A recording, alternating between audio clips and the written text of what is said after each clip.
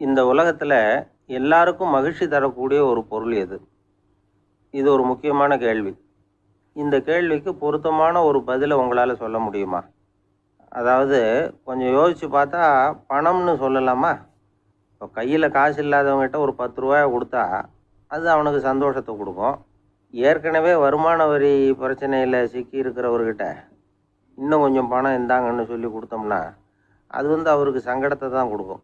அதனால் அந்த கேள்விக்கு பணங்கிறது பொருத்தமான பதிலாக இருக்க முடியாது. கேள்வி என்னன்னா, இந்த உலகத்தில் எல்லாருக்கும் மகிழ்ச்சி தரக்கூடிய ஒரு பொருள் எது? சரி, இனிப்புன்னு சொல்லலாமா? ஏன்னா எல்லாருக்கும் இனிக்க தானே செய்யும். அதுலேயும் ஒரு சிக்கல் இருக்குது. சர்க்கரை வியாதிகாரங்களுக்கு அது என்ன சந்தோஷத்தையாக கொடுக்கும்? ஆக எல்லாருக்கும் வேறுபாடு எதுவும் இல்லாமல் மகிழ்ச்சியை கொடுக்கக்கூடியது வேற ஏதோ ஒன்று இருக்குது. அது என்னன்னு கண்டுபிடிக்கணும். அதுதான் இன்றைக்கி தகவல்.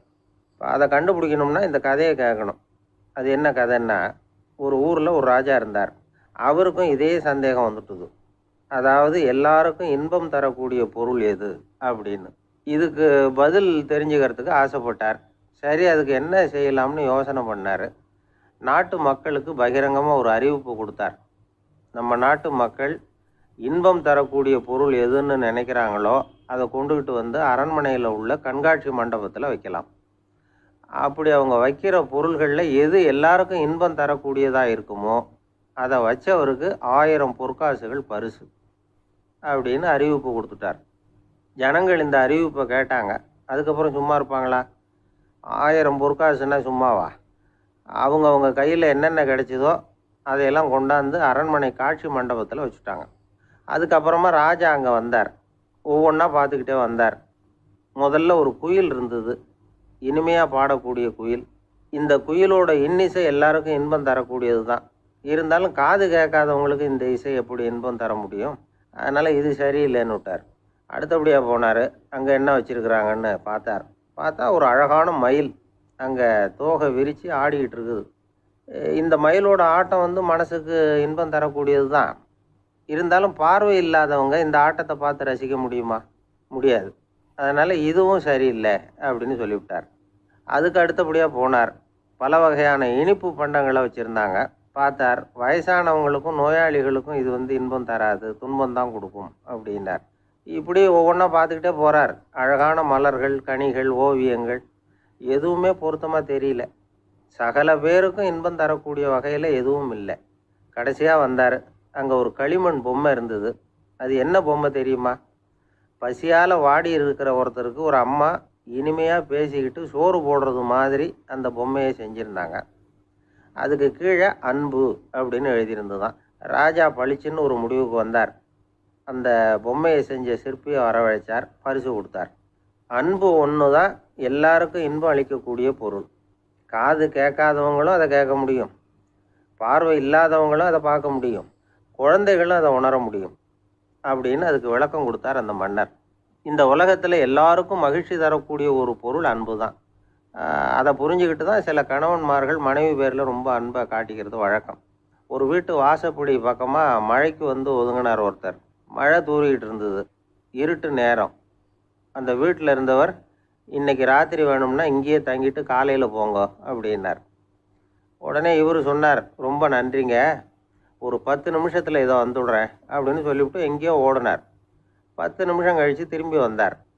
ஆமாம், எங்கே போயிட்டு வந்தீங்கன்னு கேட்டார் வீட்டில் இருந்தவர். நேராக எங்கள் வீட்டுக்கு போய் மனைவி கிட்ட இன்னைக்கு ராத்திரி இங்கேயே தங்கிக்கிறேன்னு சொல்லிவிட்டு வந்துட்டேன் அப்படின்னார் அவர். அன்புல இது ஒரு ரகம். ஒருத்தர் மனசில் நிம்மதி இல்லாமல் உட்காந்துருந்தார். என்ன சார் விஷயம் அப்படின்னு விசாரித்தேன். அகலக்கால் வச்சுட்டேன், அதுதான் அவதிப்படுறேன்னார். விவரமாக சொல்லுங்கன்னு. வீடு கட்டணும்னு ஆரம்பித்தேன், வேலை பாதியிலேயே நிற்கிது, கையில் பணம் இல்லை அப்படின்னார். இது மாதிரி ஆசாமிகள் பல பேரை நீங்கள் பார்த்துருக்கலாம். இவங்கெல்லாம் சுலபமாக மன அழுத்தத்துக்கு ஆளாயிடுறாங்க. மன உளைச்சல், அதாவது ஸ்ட்ரெஸ் அப்படின்னு சொல்கிறோமே, அதுக்கு அடிப்படையான சில காரணங்கள் உண்டு. அதாவது மிகையாக திட்டமிடுதல் அப்படிங்கிறதும் ஒரு முக்கியமான காரணம். நடைமுறை சாத்தியம் என்னங்கிறத மனசில் வச்சுக்கிட்டு எந்த திட்டத்தையும் தீட்டணும், அப்போ தான் அது சரியாக வரும். 2வது காரணம் என்ன தெரியுமா? ஒரே நேரத்தில் பல்வேறு செயல்களில் ஈடுபடுறது. தொலைபேசியில் பேசிக்கிட்டே கையில் இருக்கிற கடிதத்தை படிச்சுக்கிட்டே எதிரில் உட்காந்துக்கிட்டு இருக்கிறவருக்கும் அப்பப்போ பதில் சொல்லிக்கிட்டு மனசில் பல்வேறு சிந்தனைகளை அப்படியே ஓட விட்டுக்கிட்டு இருக்கிறது, இதுவும் மன அழுத்தத்தை உண்டாக்குது. மூணாவது காரணம், எதுலேயும் வெற்றி மட்டும் எதிர்பார்க்குற ஒருதலைப்பட்சமான ஆர்வம். நாம் தொட்டதெல்லாம் வெற்றியாகவே முடியணும் அப்படின்னு எதிர்பார்க்குறவங்க ஏதாவது ஒன்றில் தோல்வியை கண்டால் தோண்டு போயிடுறாங்க. எப்படியும் முடியலாம்ங்கிற எண்ணம் ஏற்கனவே நமக்குள்ளே இருந்துட்டுதுன்னா அந்த அவஸ்தை வராது. அதனால் அதுவும் நம்ம வளர்த்து கொள்ள வேண்டிய ஒரு குணம். மன உளைச்சல் ஏற்படுறதுக்கு இன்னொரு காரணம், எதையும் வேகமாக செஞ்சுடணும் அப்படிங்கிற துடிப்பு. அந்த துடிப்பே மனசை அழுத்த ஆரம்பிச்சிடும். எந்த ஒரு காரியத்திலையும் தாமதமோ இடையூறோ ஏற்பட்டால் அதை பொறுத்துக்கிற மனப்போக்கம் வேணும். அது இல்லாதவங்க அழுத்தத்துக்கு ஆளாயிடுறாங்க. சில பேர் வேலைன்னு எந்த நேரம் பார்த்தாலும் வேலையே கதின்னு கிடப்பாங்க. பொழுதுபோக்குக்கோ உடற்பயிற்சிக்கோ குடும்பத்தில் உள்ளவங்க அல்லது நண்பர்கள் கூட கலந்துரையாடவோ கொஞ்சம் கூட நேரம் ஒதுக்க மாட்டாங்க. இந்த சுபாவம் மன அழுத்தத்தை உண்டு பண்ணும். இதையெல்லாம் புரிஞ்சுக்கிட்டு அதிலிருந்து விடுபடுறது எப்படின்னு யோசிக்கணும். வல்லுநர்கள் இது தொடர்பாக சில யோசனைகளை சொல்லி வச்சிருக்கிறாங்க. அது என்னன்னா, வாழ்க்கைங்கிறது பிரச்சனைகளால் பின்னப்பட்ட ஒன்று. அது எப்போவுமே முடிவடையாத ஒரு தொடர்கதை அப்படிங்கிறத முதல்ல நாம் புரிஞ்சுக்கணும். ஒரே நேரத்தில் ஒரு காரியத்தில் மட்டுமே நாம் கவனம் செலுத்தணும். அடுத்தவங்க காரியத்தில் தலையிடக்கூடாது. எதையும் பேச ஆரம்பிக்கிறதுக்கு முன்னாடி நம்மை நாமே கேட்டுக்க வேண்டிய கேள்வி 2. 1, நான் சொல்ல போகிறது ரொம்ப முக்கியமானதா? 2வது, நான் சொல்கிறத அவங்க கேட்குறதுக்கு ஆசைப்படுறாங்களா? நான் பேசுகிறதுக்கு அது சரியான நேரம் தானா? இதை யோசித்து பார்த்ததுக்கப்புறம் எதையும் பேச ஆரம்பிக்கணும். முடிஞ்ச அளவுக்கு வளைந்து போகிற சுபாவத்தை வளர்த்துக்கணும். நம்ம நேரம் விலை மதிப்பு இல்லாதது. அதை வீணாக்கக்கூடாது. சிரிக்க தெரியலனாலும் பரவாயில்ல, முகத்தில் கொஞ்சம் புன்முறுவலாவது காட்டணும். இதெல்லாம் ரொம்ப முக்கியம். அடுத்தவங்க ஏதாவது செஞ்சால் உடனே நன்றி சொல்ல மறக்கக்கூடாது. தினமும் கொஞ்சம் நேரத்தை தனிமையில் செலவு பண்ணணும். மன உளைச்சலிருந்து விடுபடுறதுக்கு 3 முக்கிய வழிகள் சொல்கிறாங்க. அதை சுருக்கமாக ரெட் அப்படின்னு சொல்கிறாங்க. RED ஆங்கில எழுத்தில். அந்த முதல் எழுத்து R, அது என்னென்னா ரிலாக்ஸேஷன், அதாவது இடை ஓய்வு.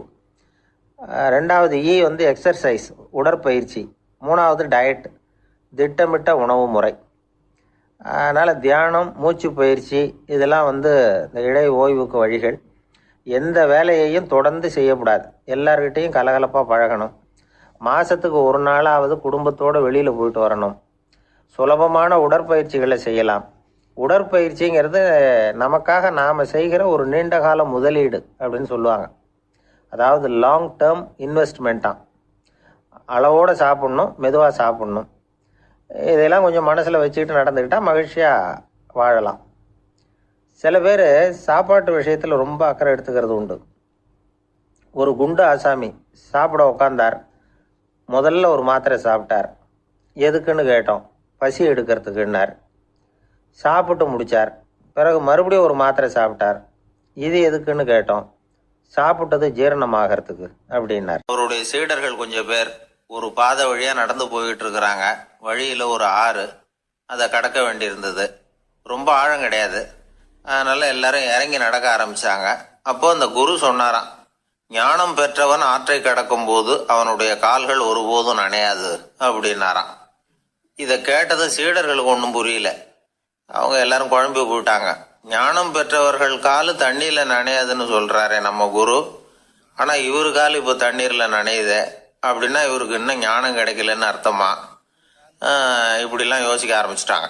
ஒரு சீடன் மெதுவாக கேட்டுட்டான், சுவாமி, ஞானியின் பாதங்கள் ஒருபோதும் நனையாது அப்படின்னு சொல்கிறீங்க, ஆனால் உங்களுடைய பாதங்கள் நனைஞ்சிருக்குதே அப்படின்னா. முட்டாளே, நனைஞ்சிருக்கிற பாதங்கள் என்னுடையதில்லைன்னார் குரு. அவர் சொல்கிறது சரிதான், அதில் ஒன்றும் குழப்பம் இல்லை. அந்த தண்ணீர் அவரை தொட முடியாது. குரு என்ன சொல்கிறாரு தெரியுமா? எதுவும் என்னை தொட முடியாது, ஏன்னா நான் இல்லை அப்படிங்கிறார். நானே இல்லைங்கிறப்போ எதுவும் என்னை தொட முடியாது.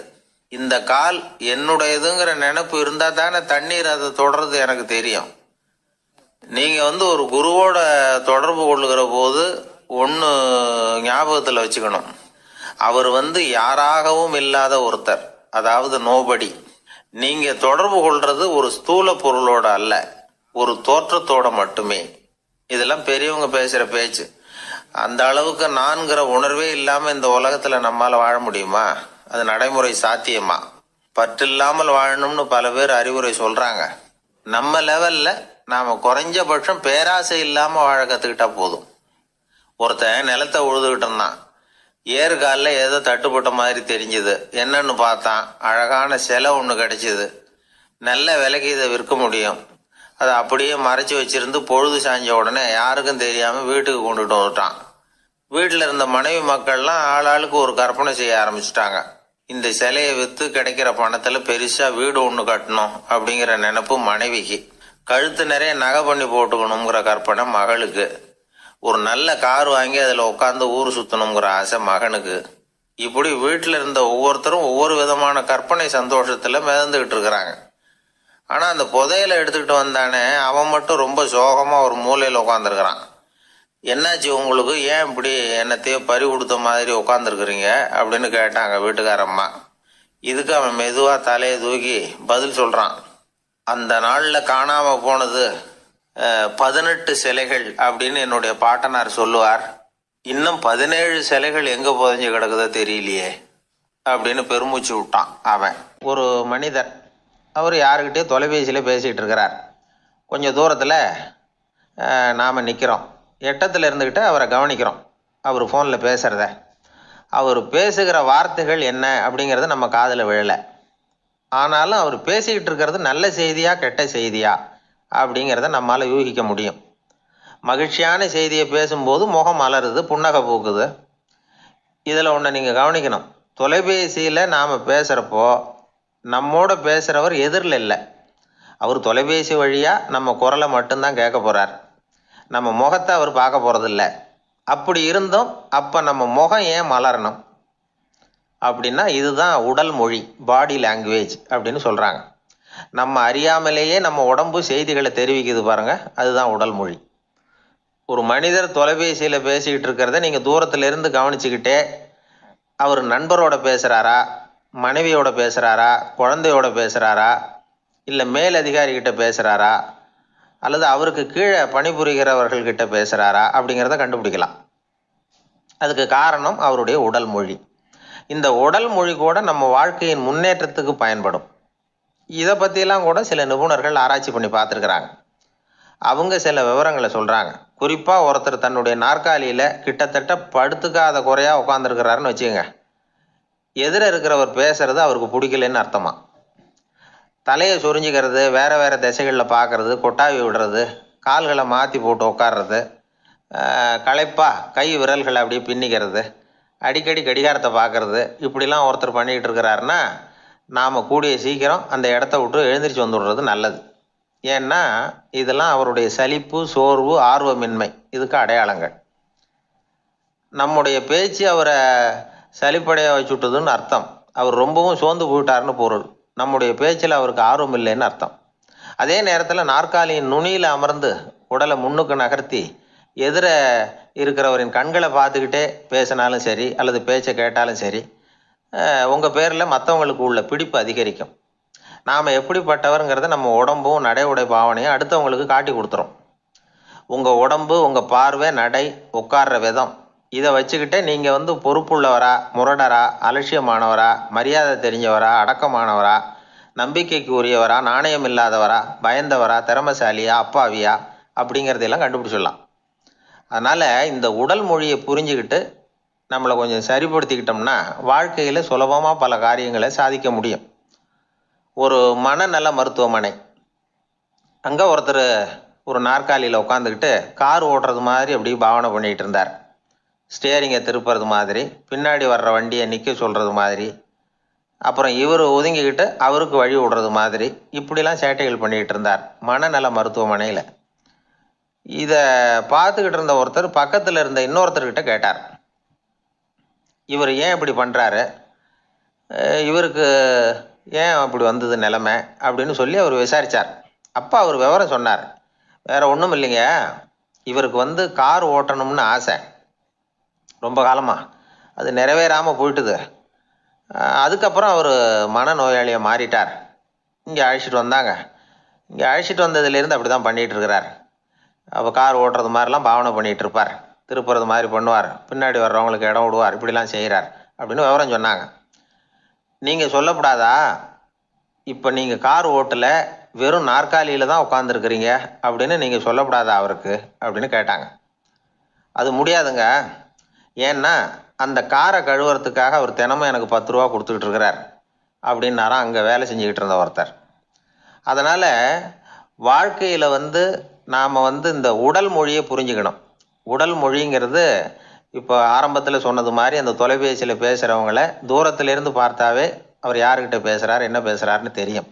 நம்ம முகத்தை நல்லா வச்சுக்கணும். உடல் மொழியை நம்ம புரிஞ்சுக்கிட்டு பயன்படுத்த ஆரம்பித்தோம்னா எந்த முயற்சி பண்ணினாலும் அதில் வெற்றி நிச்சயம். ஒரு நண்பர் இருக்கார், எப்போ பார்த்தாலும் கையில் ஒரு புத்தகம் இருக்கும். புத்தகம் இல்லாமல் எங்கேயும் புறப்பட மாட்டார். எதுக்காக இப்படி எடுத்துகிட்டு போகிறீங்க அப்படின்னு கேட்டால், எனக்கு இது ஒரு நல்ல நண்பன் மாதிரி, இந்த காலத்தில் எங்கே போனாலும் காத்திருக்க வேண்டியிருக்கு, அது மாதிரி சமயத்தில் நான் நண்பன் கூட பேசிக்கிட்டு இருப்பேன் அப்படிம்பாரான். ஒருத்தர் ஒரு பெரிய அரச பதவியில் இருந்தார். அவர் பதவியிலேருந்து இறங்க வேண்டிய சூழ்நிலை. அரசு கொடுத்துருந்த வீட்டை விட்டுட்டு வெளியில் வர்றார். வரும்பொழுது 2 கையிலையும் 2 பெட்டியை எடுத்துகிட்டு வந்தாராம். சார், உங்களுடைய உடைமைகள் அப்படின்னு கேட்குறாங்க அங்கே இருந்த ஊழியர்கள். இவர் தன்னுடைய கையில் இருக்கிற பெட்டியை காட்டி, இதுதான் என்னுடைய சொத்து அப்படின்னாராம். ஒரு பெட்டியில் அவருடைய உடைகள், இன்னொரு பெட்டியில் அவர் விரும்பி படிக்கிற புத்தகங்கள், அவ்வளவுதான். இதுதான் இருந்துதான். புத்தகம் படிக்கிறது மனசுக்கு நல்லதுங்கிறது நமக்கு தெரியும். புத்தக வாசிப்பு உடம்புக்கும் நல்லதுங்கிறாங்க. அது நமக்கு ஆச்சரியமாக தான் இருக்குது. ஒரு நபர் ஒரு வருஷத்தில் சராசரியாக 2000 பக்கங்களை படிச்சிருக்கணுமா, யுனெஸ்கோ பரிந்துரை. ஆனால் நம்ம நாட்டில் நாம் சராசரியாக படிக்கிறது 32 பக்கங்கள், அவ்வளவுதான். இவ்வளவுக்கு நம்ம நாட்டில் 6000த்துக்கும் மேற்பட்ட நாளேடுகள், 2000த்துக்கும் மேற்பட்ட இதழ்கள், மலர்கள், இவ்வளவு இருந்தும் சரியாக வரல. இந்த உலகத்தில் முதல் நூலகம் எங்கே எப்போ ஆரம்பமாச்சு தெரியுமா? கிமு 2500ஆம் ஆண்டில் அது ஆரம்பமாயிருக்குது. பாபிலோனியாவில் அமில் அணு அப்படிங்கிற அரசன் தான் நூலகத்தை உருவாக்கி இருக்கிறான். அப்போல்லாம் தாள் கிடையாது, களிமண் தான். களிமண் பலகைகளில் எழுதி அது தொகுத்து அப்படியே நூலாக்கி அதை நூலகத்தில் வச்சுருப்பாங்களாம். அரசருடைய நூலகத்தில் 1000த்துக்கும் மேற்பட்ட நூல்கள் இருந்ததாக வரலாற்று குறிப்பு இருக்குது. அது மட்டும் இல்லை, அந்த நூலகத்தில் பொருள் வாரியாக, அதாவது சப்ஜெக்ட் வாரியாக புத்தகங்களை வகைப்படுத்தி வச்சுருந்தாங்களாம். அதில் மிச்சம் இருந்த ஒரு 25 களிமண் பலகை புத்தகங்கள் இன்றைக்கும் பிரிட்டிஷ் அருங்காட்சியகத்தில் இருக்குதான். அச்சு தாள் இதெல்லாம் ஏற்பட்டதுக்கு அப்புறம் அமைக்கப்பட்டது தான் பிரான்சில் இருக்கக்கூடிய பாரிஸ் நூலகம். 1480 பிரெஞ்சு மன்னர் 11ஆம் லூயி இந்த நூலகத்தை அமைச்சாராம். ஆனால் அப்போல்லாம் அரசர்கள் மட்டும்தான் நூலகத்தை பயன்படுத்த முடியுமா. அதுக்கப்புறம் 17ஆம் நூற்றாண்டில் இந்த முறை மாறி பொதுமக்கள் அங்கே போகலாம், படிக்கலாம் அப்படிங்கிற நிலைமை வந்துதான். போட்லியன் நூலகம் அப்படின்னு அதுக்கு பேர், பாரிஸ் நகரத்தில் இருக்குது. அங்கே தான் நூல்களின் பட்டியல் தயாரிப்பு பணி ஆரம்பமாச்சு. கல்வி வளர்ச்சியையும் நூலகத்தையும் இணைச்சவர் நெப்போலியன் போனபார்ட். முன்பணம் செலுத்தி புத்தகத்தை படிக்கிற முறையையும் அவர் தான் கொண்டுகிட்டு வந்தாராம். மக்கள்கிட்ட வசூலிக்கிற வரியின் ஒரு பகுதியை நூலகத்துக்கு பயன்படுத்தினவரும் அவர் தானா. நெப்போலியன் நூலகத்தில் உலகத்தில் உள்ள எல்லா மொழி நூல்களும் இருக்குதான். அங்கே ஒரு தமிழ் நூலும் இருந்திருக்குது. அது என்னென்னா கம்பராமாயணம். சோவியத் யூனியனுக்கு படையெடுத்து போனப்போ அங்கேருந்து லட்சக்கணக்கான புத்தகங்களை இந்த பனிச்சறுக்கு வாகனங்கள் இருக்குல்ல, அதில் கொண்டுகிட்டு வந்ததாக வரலாறு. அடுத்தபடியாக குறிப்பிட்டு சொல்லத்தக்க நூலகம் எதுன்னா பிரிட்டிஷ் நூலகம். மிக பழைய கையெழுத்து பிரதியெல்லாம் கூட அங்கே இருக்குது. 1753 ஆரம்பமாச்சு.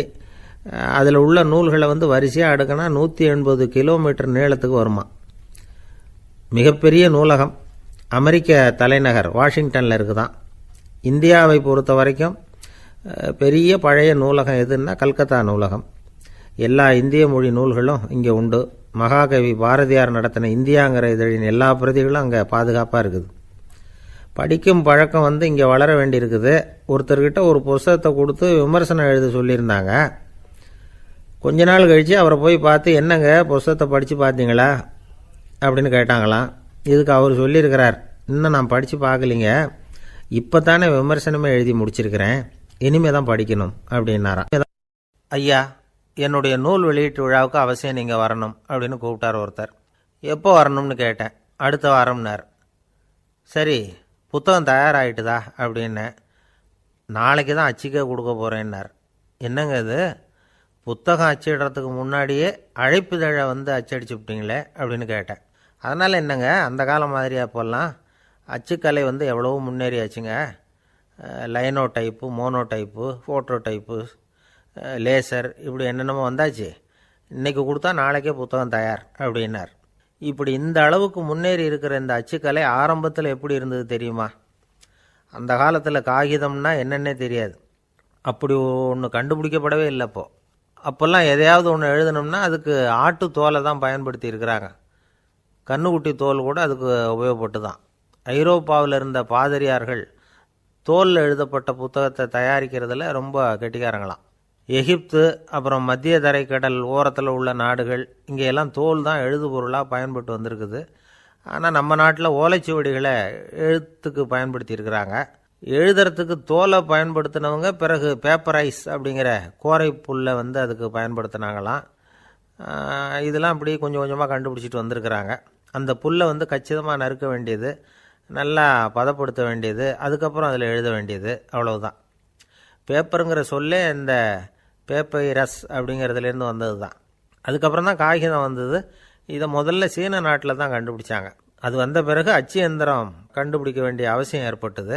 அதை கண்டுபிடிச்சவர் ஜெர்மானிய அறிவியல் அறிஞர் ஜான் கூட்டன்பர்க். அச்சு கலைக்கு அடித்தளம் அமைச்சவர் அவர் தான். ஜெர்மனியில் மெயின்ஸ் அப்படிங்கிற ஊரில் 1399 பிறந்தார்.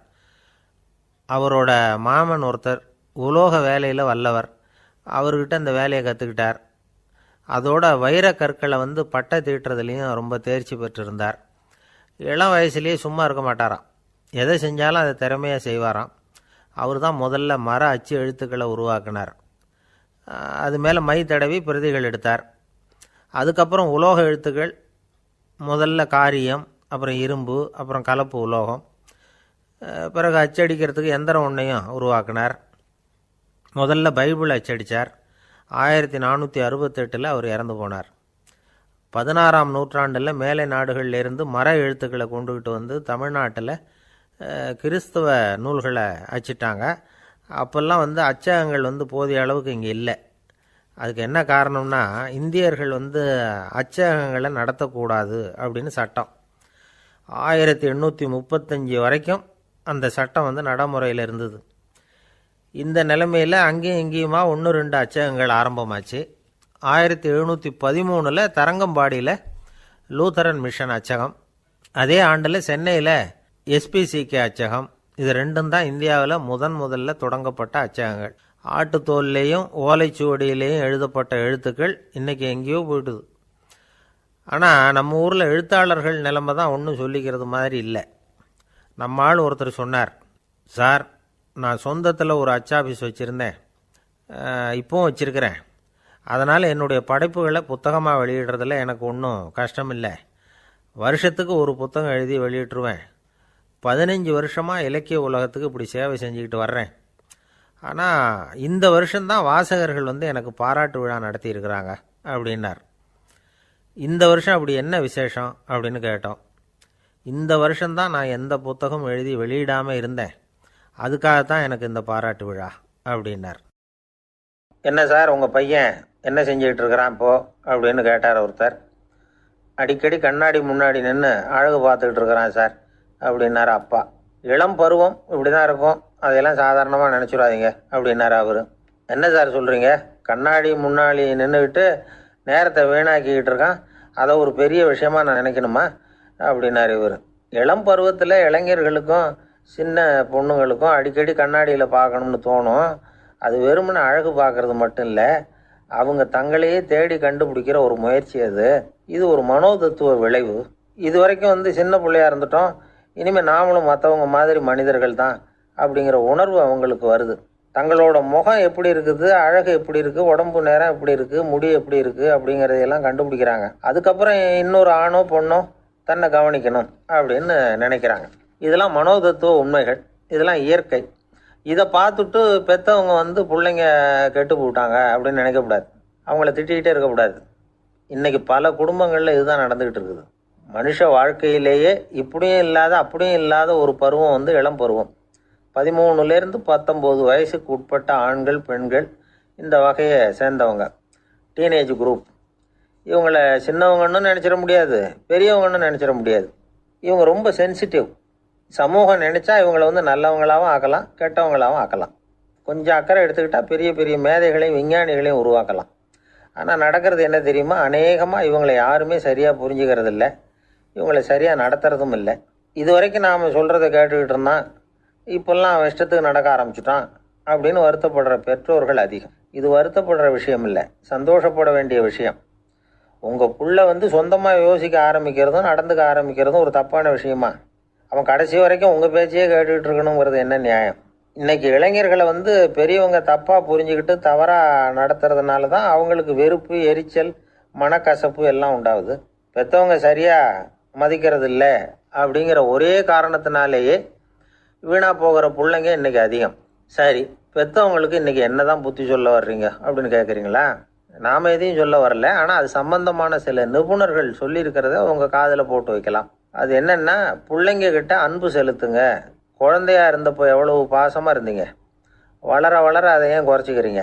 பெற்றவங்களின் அன்பான வார்த்தைகளுக்கு ஏங்குறவங்க தான் இன்றைய இளைஞர்கள். அவங்க எதை சொன்னாலும் அதை அக்கறையாக காது கொடுத்து கேளுங்க, அலட்சியப்படுத்தாதீங்க. அவங்க விரும்புகிறது உங்ககிட்ட இருந்து ஒரு மதிப்பு, மரியாதை, அங்கீகாரம், இவ்வளவுதான். அவங்க அவங்களாவே முடிவுகள் எடுக்கட்டும், அதுக்கு நீங்கள் உதவியாக இருங்க, அது போதும். மற்றவங்க முன்னாடி, முக்கியமாக அவங்க நண்பர்கள் முன்னாடி அவங்கள பற்றி மட்டமாக பேசாதீங்க. அவங்கக்கிட்ட பொய் சொல்லக்கூடாது. நீங்கள் சொன்னது பொய்ன்னு தெரிஞ்சு போச்சுன்னா உங்கள் பேரில் அவங்களுக்கு இருக்கிற மதிப்பு போயிடும், நம்பிக்கை போயிடும். அவங்களுக்கு முன்னாடி நீங்கள் சண்டை போடக்கூடாது. உங்கள் பிள்ளைய எப்பவும் இன்னொரு பிள்ளையோட ஒப்பிட்டு பேசுகிற வேலையே வேணாம். கூட பிறந்த மற்றவங்களோட கூட ஒப்பிடக்கூடாது. இப்படி செஞ்சால் அவன் உங்ககிட்டையும் பிரியமாக இருக்க மாட்டான், அவங்ககிட்டையும் பிரியமாக இருக்க மாட்டான். புள்ள எங்கே போகிறான், என்ன பண்ணுறான் அப்படின்னுலாம் துப்பறிஞ்சிக்கிட்டு இருக்கக்கூடாது. இளைஞர்கள் தனிமையை விரும்புகிறவங்க. அவங்கள பெட்டியில் வச்சு மூடி பாதுகாக்கணும்னு நினைக்கக்கூடாது. அவங்கள எப்படி பாதுகாக்கிறது அப்படிங்கிறது அவங்களுக்கே தெரியும். உங்கள் புள்ள எப்படி நடந்துக்கணும்னு நீங்கள் எதிர்பார்க்குறீங்களோ அது மாதிரி நீங்கள் நடந்து காட்டுங்க, அது போதும். ஒரு வீட்டில் அப்பாவும் அம்மாவும் பேசிக்கிட்டு இருக்கிறாங்க.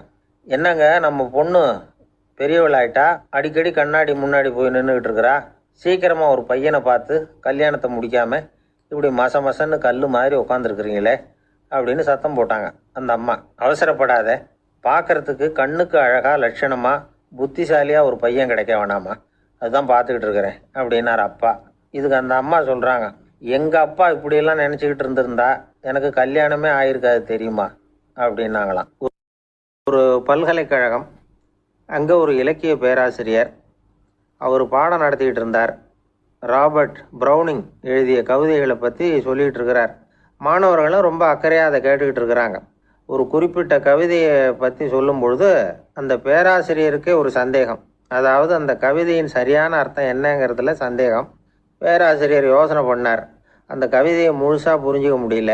அதனால் மாணவர்களை பார்த்து சொன்னார், மாணவர்களே, ஒரு நாள் பொறுத்துங்க, இந்த கவிதையை எழுதின கவிஞர் எங்கள் வீட்டுக்கு பக்கத்தில் தான் இருக்கிறார். இன்றைக்கி சாயந்தரம் நான் அவரை நேர்லேயே போய் பார்க்குறேன், பார்த்து இதுக்கு என்னங்க அர்த்தம்னு கேட்டுட்டு வந்துடுறேன், அதுக்கப்புறம் உங்ககிட்ட சொல்கிறேன் அப்படின்னாராம்.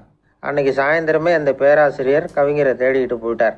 கவிஞர் அவங்க வீட்டில் அவர் பாட்டு உட்காந்துருந்தாராம். இவர் போய் அவர் முன்னாடி உட்காந்தார். அப்புறம் கேட்டார், ஐயா, அந்த கவிதையின் முழு பொருள் என்னன்னு தெரிஞ்சுட்டு போகிறதுக்காக வந்திருக்கிறேன் அப்படின்னாராம். எந்த கவிதை அப்படின்னாராம் அவர். இவர் அந்த கவிதையை சொல்லியிருக்கார். கவிஞர் கொஞ்சம் யோசனை பண்ணிவிட்டு அப்புறம் சொன்னாராம், பேராசிரியரே, நீங்கள் கொஞ்சம் தாமதமாக வந்துட்டீங்கன்னாராம். இவருக்கு ஒன்றும் புரியல. நீங்கள் என்ன சொல்கிறீங்க, நான் தாமதமாக வந்துட்டேன்னா? நீங்கள் தான் உயிரோடு இருக்கிறீங்களே, அப்படி இருக்கும்பொழுது நான் தாமதமாக வந்துவிட்டேன்னா அது எப்படி அப்படின்னு இவர் குழம்பி இருக்கிறார். இப்போ கவிஞர் சொன்னாராம், ஐயா, நான் உயிரோடு இருக்கிறேன்னா இல்லையாங்கிறது முக்கியம் இல்லை. நான் அந்த கவிதை வரிகளை எழுதினப்போ 2 பேருக்கு அதோட அர்த்தம் தெரிஞ்சிருந்தது. இப்போ ஒரே ஒருத்தருக்கு தான் அதோட அர்த்தம் தெரியும் அப்படின்னாராம். பேராசிரியர் யோசனை பண்ணியிருக்கார். அப்படின்னா அந்த ஒருத்தர் கவிஞர் ராபர்ட் ப்ரௌனிங்கை தவிர வேற யாராக இருக்க முடியும்?